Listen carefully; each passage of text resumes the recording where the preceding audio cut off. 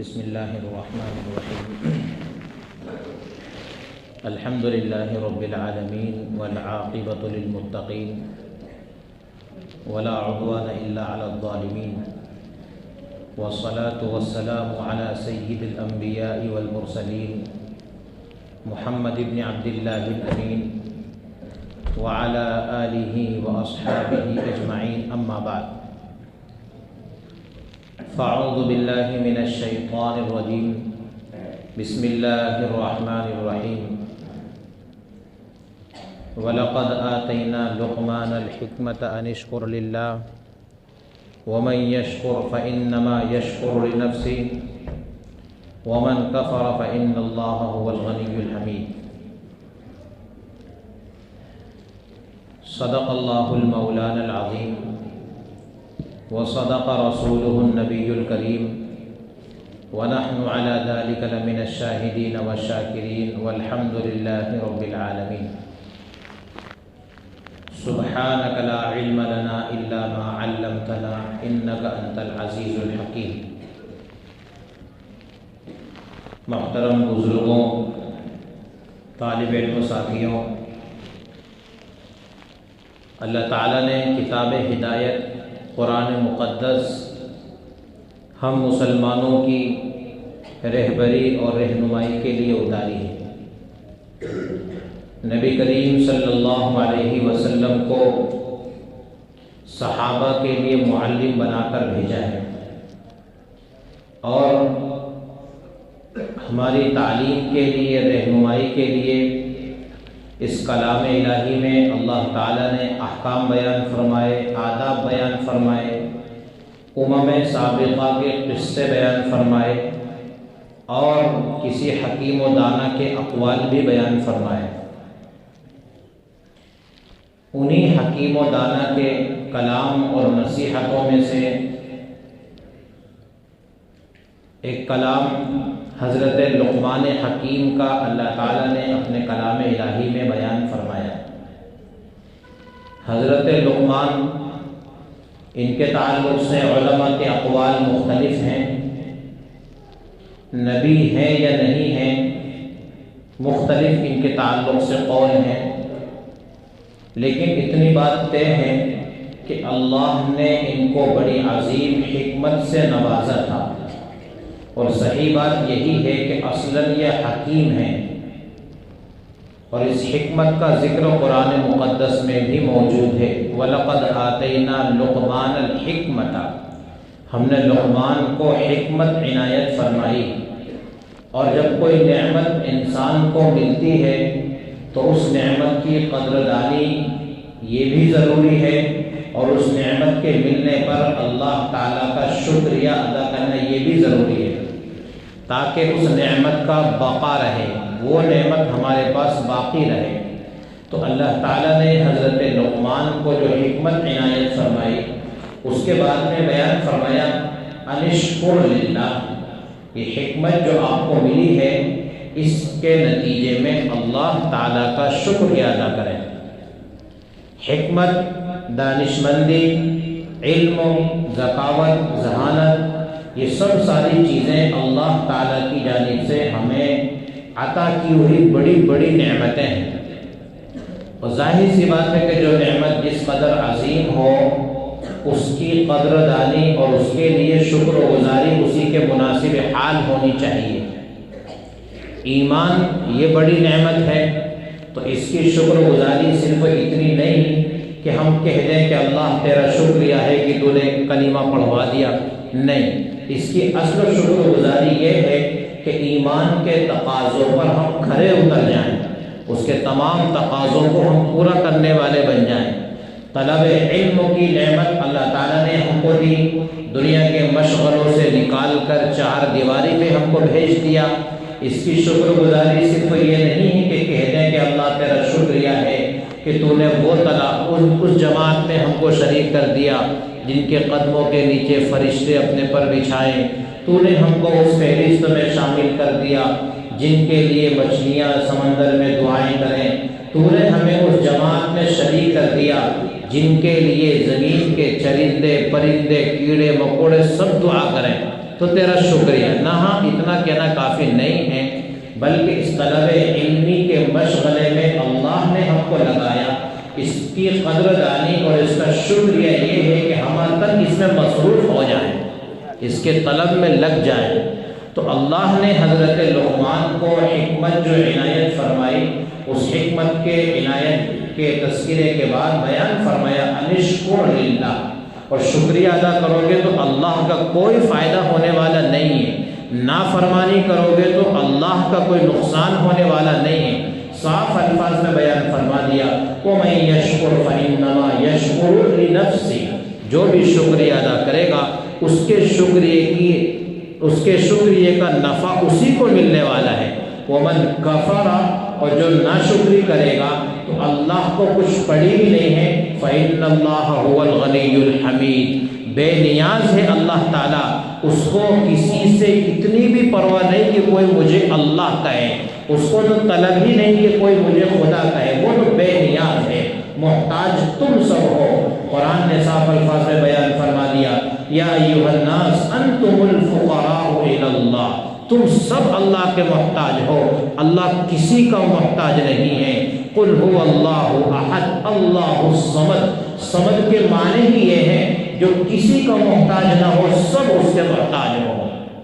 صاف بیان فرما دیا اللہ الصمد، اللہ بے نیاز ہے، کچھ کسی کی اس کو پڑی نہیں کہ تم مجھے اللہ کہو گے تو میں اللہ رہوں گا، تم خدا کہو گے تو میں خدا رہوں گا، تم معبود مجھے مانو گے تو میں معبود رہوں گا، تم مانو کہ نہ مانو میں اللہ ہوں، اللہ الصمد، بے نیاز ہو تم سب سے۔ تمہیں میں اتنا بھی نہیں چاہتا، یعنی میں یہ نہیں چاہتا کہ تم رب کہو گے تو رب رہوں گا،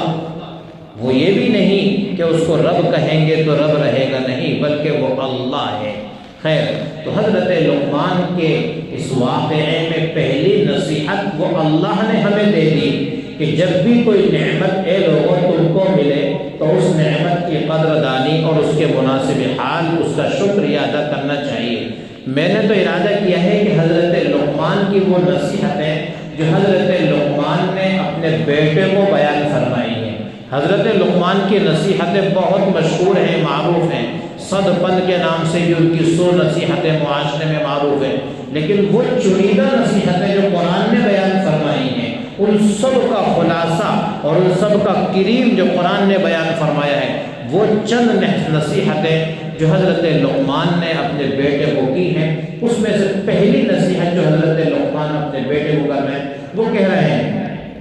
یا بنیا لا تشرک باللہ، پیارے بیٹے اللہ کے ساتھ شرک مت کرنا، پیارے بیٹے اللہ کے ساتھ شرک نہ کرنا۔ اور نصیحت کا انداز بھی بڑا نرالا ہے، پیار بھرے انداز سے اپنے بیٹے کو کہتے ہیں لا تشرک باللہ، اللہ کے ساتھ کسی چیز کو شریک نہ کرنا، کیونکہ انسان کا سب کیا کرایا ایک شرک کی بنیاد پر ضائع ہو جاتا ہے۔ الاسلام یہدم ما کان قبلہ، جب انسان گناہ کرتا رہے کفر کی حالت میں لگا رہے، لیکن جب اسلام میں داخل ہو جاتا ہے تو ما قبل کی تمام برائیاں خود بخود ختم ہو جاتی ہیں۔ ایسا ہی برائیوں کا اور ایسا ہی کفر اور شرک کا حال ہے کہ جب انسان بھلائیاں کرتا رہتا ہے لیکن اگر اس نے اللہ کے ساتھ کفر کا معاملہ کیا، اللہ کے ساتھ اس نے شرک کا معاملہ کیا، پھر انسان کے اعمال باقی نہیں رہتے بلکہ وہ سب اعمال رائیگاں اور اکارت چلے جاتے ہیں۔ تو پہلی نصیحت جو اپنے بیٹے کو کی ہے وہ نصیحت ہے اللہ کے ساتھ کبھی بھی کسی کو شریک نہ کرنا۔ کیوں یہ نصیحت کی؟ اس لیے کہ خود قرآن نے بیان فرمایا ان الشرک لظلم عظیم، سب سے بڑا گناہ اس روئے زمین پر اگر ہے تو وہ شرک ہے۔ ان الشرک لظلم عظیم،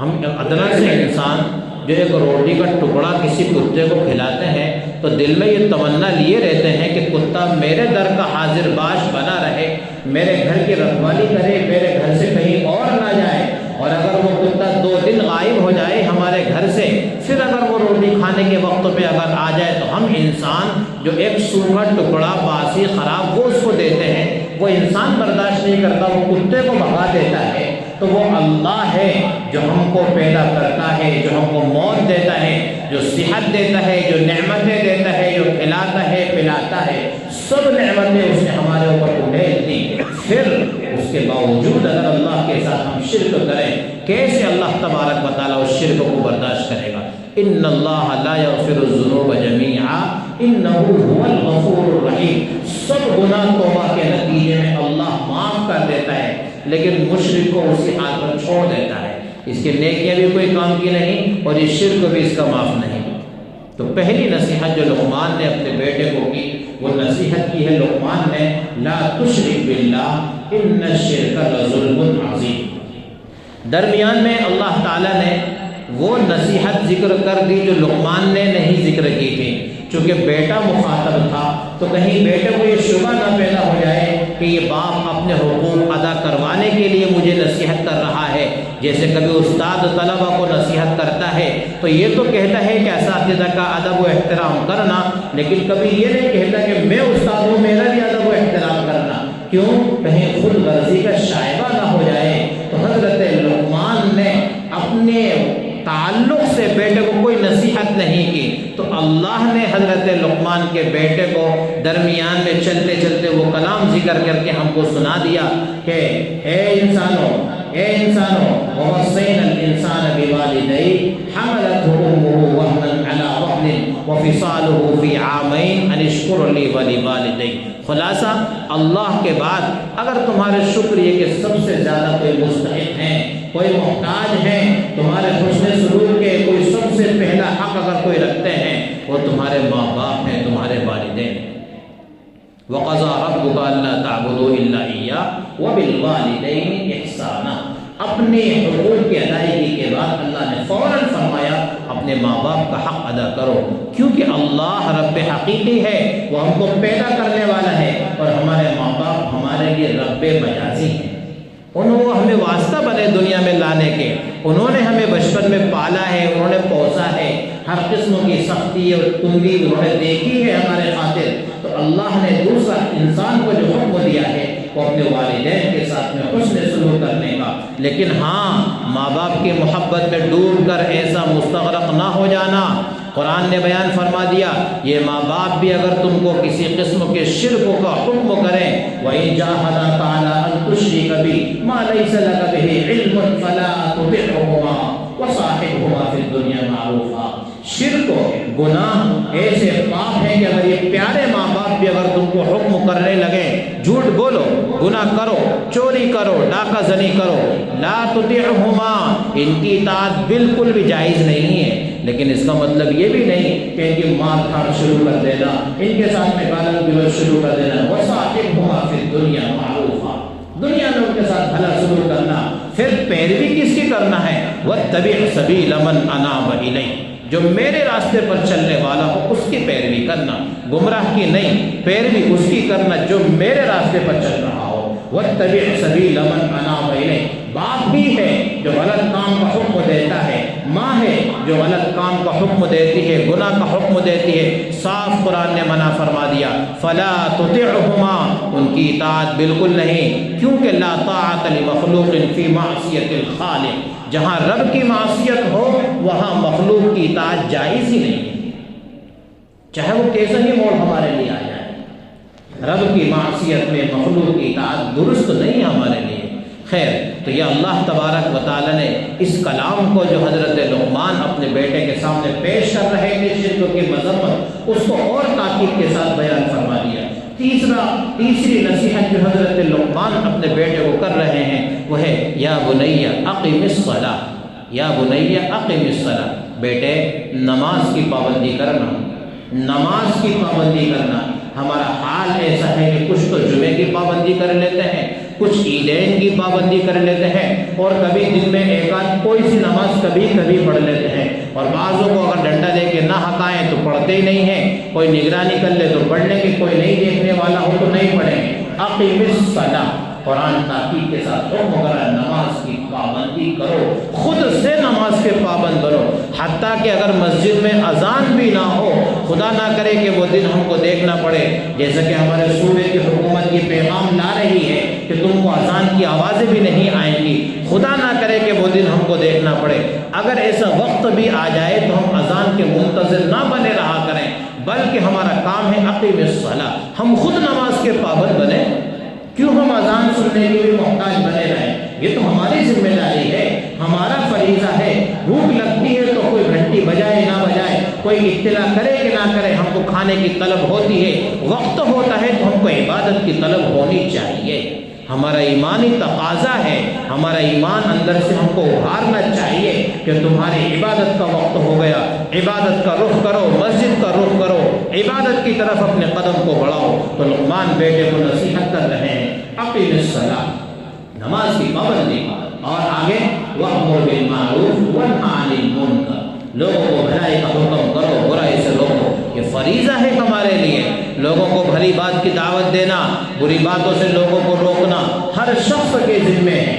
ہر شخص کا اپنا ایک میدان ہوتا ہے۔ ہر باپ کے لیے اس کی اولاد سب سے پہلے ہے، قُوْ أَنفُسَكُمْ وَأَهْلِيكُمْ نَارًا، اپنے آپ کو سب سے پہلے جہنم کی آگ سے بچاؤ، آل و اولاد کو جہنم کی آگ سے بچاؤ، زوجہ جو تمہاری ماتحت ہے بیوی اس کو جہنم کی آگ سے بچاؤ۔ ہر آدمی وَأْمُرْ بِالْمَعْرُوفِ وَانْهَ عَنِ الْمُنکَرِ کا مکلف ہے، اپنی اپنی بساط کے مطابق، اپنے اپنے میدان میں، اپنے نظام کے مطابق بھلائی کا حکم کرے، برائی سے روکے۔ اور ہاں بیٹے، جب تو بھلی بات کہنے جائے گا تو سچی بات تو کڑوی ہوتی ہے، قول الحق مر مشہور ہے، بھلی بات حق بات تو کڑوی ہوتی ہی ہوتی ہے۔ اس لیے لوگوں کو تجھے مصیبت تکلیف پہنچے گی، لوگوں کو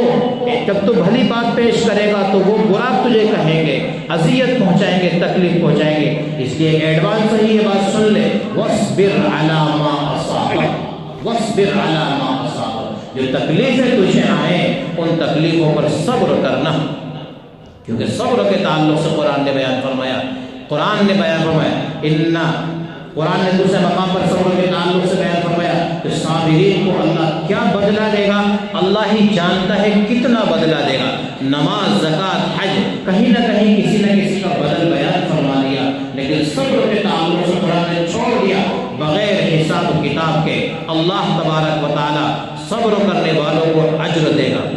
انما یوفی الصابرون اجرهم بغیر حساب، کوئی حساب ہی نہیں ہوگا کتنا اللہ تعالیٰ دے گا۔ واصبر علی ما اصابک، لیکن ہاں صبر و ثبات چھوٹی موٹی چیز تھوڑی ہے۔ ان ذلک من عزم الامور، ان ذلک من عزم الامور، ہمت کے کاموں میں سے یہ کام ہے۔ کوئی مجھے گالی دے میں گھوٹ پی جاؤں، صبر کا بہت دل گردے کی بات ہے، اتنا آسان نہیں ہے۔ جبکہ انسان بدلہ لینے پر قادر ہو، طاقت رکھتا ہو، پھر نہیں بخشتا ہے کون ہے، کیوں اس نے مجھے گالی دی، برداشت نہیں کرتا ہے، وہ صبر کی تعلیم ہے۔ اور آگے جو قرآن نے تعلیم دی، حضرت لقمان کی نصیحت کو ذکر کرتے ہوئے وہ قرآن نے ایک تعلیم دی،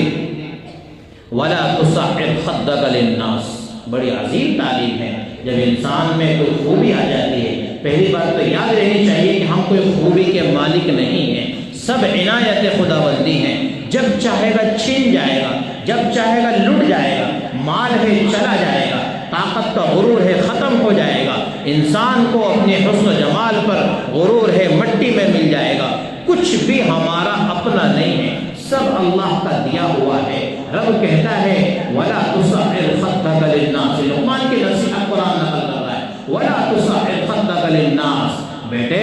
لوگوں کے سامنے گال مت کھلانا، اس کو اپنے کہتے ہیں ترشا منہ مت کرنا، جیسا کہ لوگوں کی عادت ہوتی ہے جب تھوڑا بڑا پر آ جاتا ہے ان کے سامنے کوئی بات رکھو، ہاں بول کیا ہے، بول کیا ہے، بولا سیدھے منہ سے بات بھی نہیں کرتا ہے۔ قرآن صاف کہہ رہا ہے وَلَا تُصَعِّرْ خَدَّكَ لِلنَّاسِ،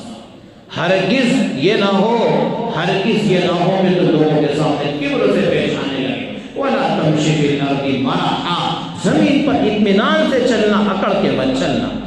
اطمینان سے زمین پہ چلنا، تکبر کی چال نہ چلنا۔ جب خوبیاں پیدا ہوتی ہیں، چاہے جس لائن کی خوبی ہو، مال دولت کی نعمت کی خوبی ہو، یا انسان کو علم کی ترقی ہو، یا اپنے مقام و مرتبے کی ترقی ہو، یا اس کو کائنات میں شہرت مل رہی ہو، وہ تکبر میں مبتلا ہو جاتا ہے، کہتا ہے میں سب کچھ ہوں، میرے جیسا کوئی دوسرا نہیں، ہم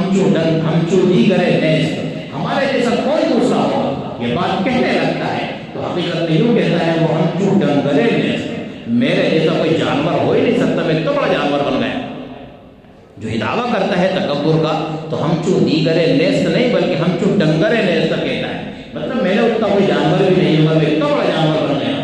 وَلَا تَمْشِ فِي الْأَرْضِ مَرَحًا إِنَّ اللَّهَ لَا يُحِبُّ كُلَّ مُخْتَالٍ فَخُورٍ۔ تکبر کرنے والے اللہ کی بارگاہ میں مقبول نہیں ہے، پسندیدہ نہیں ہے، دھتکارے ہوئے ہیں، پھٹکارے ہوئے ہیں، رائے گا۔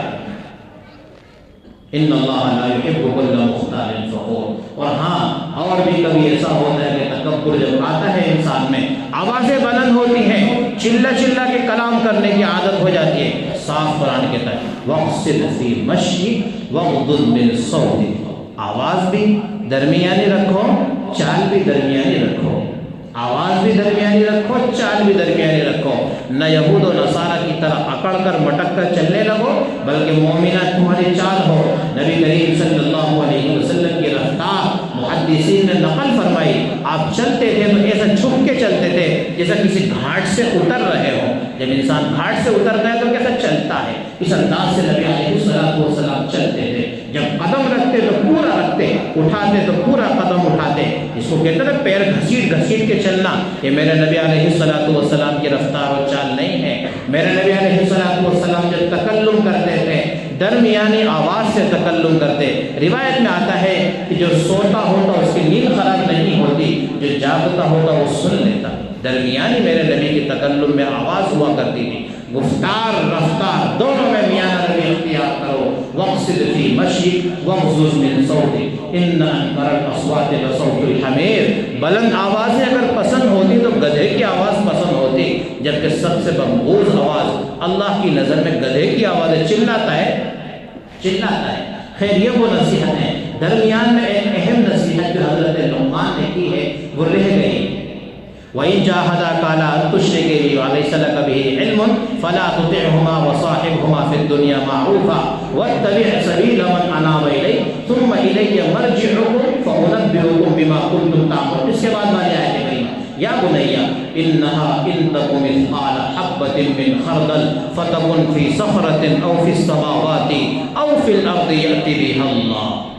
ہم میں سے ہر آدمی اس کا مکلف ہے، ہم میں سے ہر شخص کو اس پر غور کرنا چاہیے۔ اتنی عظیم نصیحت لقمان نے اپنے بیٹے کو کر دی، یا بنیا انہا ان تک مثقال حبہ، پیارے بیٹے کوئی بھی بھلا کام کرے گا یہ برا کام کرے گا، بھلا کام کرے تو بھی برا کام کرے تو بھی، انہا ان تک مثقال حبہ، پھر وہ رائی کے دانے کے برابر ہو، بلکہ اور کہہ لو کہ اس سے بھی چھوٹا ہو، چھوٹا سا کام بھی اگر تو کرے گا چاہے وہ بھلائی کا ہو کہ برائی کا ہو، انہا ان تک مثقال حبہ فتکن فی خردل فتکن فی صخرۃ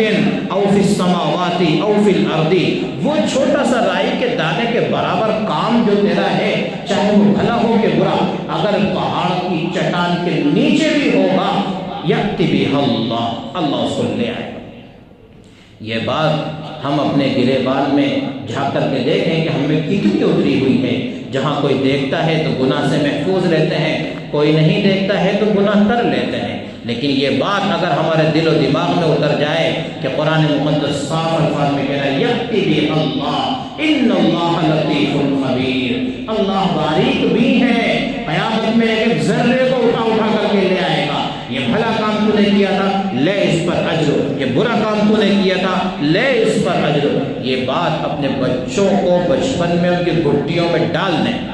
یہ بات ہم بڑے اپنے گریبان میں اور اپنے قلوب میں بسا لیں، اپنے اندر ڈال لیں اس بات کو۔ اللہ پوری کائنات کو دیکھ رہا ہے، کہیں جگہ ایسی نہیں جو اللہ کی نظر نہ ہو، اور ہاں یہ سوچنا بھی مت کہ اللہ بھول جائے گا۔ ما یلفظ من قول الا لدیہ رقیب عتید، اتنے تیز ترام اس کے محافظ لکھنے والے فرشتے ہیں، ادھر منہ سے بات نکلی نہیں ادھر ریکارڈ میں چلی جاتی ہے، ادھر منہ سے نکلی نہیں ادھر ریکارڈ میں چلی جاتی ہے۔ آج ہم کیمرے لگے ہوتے ہیں تو دکان والا لکھ دیتا ہے کہ آپ کیمرے کی نظر میں ہیں، تو انسان غلط چیز کی طرف ہاتھ نہیں بڑھاتا، سوچتا ہے کہ میں چوری کروں گا تو دکان کا مالک پکڑ لے گا۔ ایک کیمرے سے ہم ڈر رہے ہیں، اللہ کا کیمرہ ہما وقت ہمارے سر پر ہے، ہم دنیا کے کیمرے میں نہیں ہیں، اللہ کے کیمرے میں ہیں، تنہائی میں اپنے روم میں ہیں وہاں بھی اللہ کے کیمرے میں ہیں، اپنی گودڑی میں سردی کی رات میں اندر چھپے ہوئے ہیں وہاں پہ اللہ کے کیمرے میں ہیں، سب لائٹیں بند ہیں، سورج بھی روشن نہیں ہے، رات کی تاریکی چھا گئی ہے، سناٹا چھایا ہوا، کوئی دیکھنے والا نہیں ہے، اللہ اوپر سے دیکھ رہا ہے۔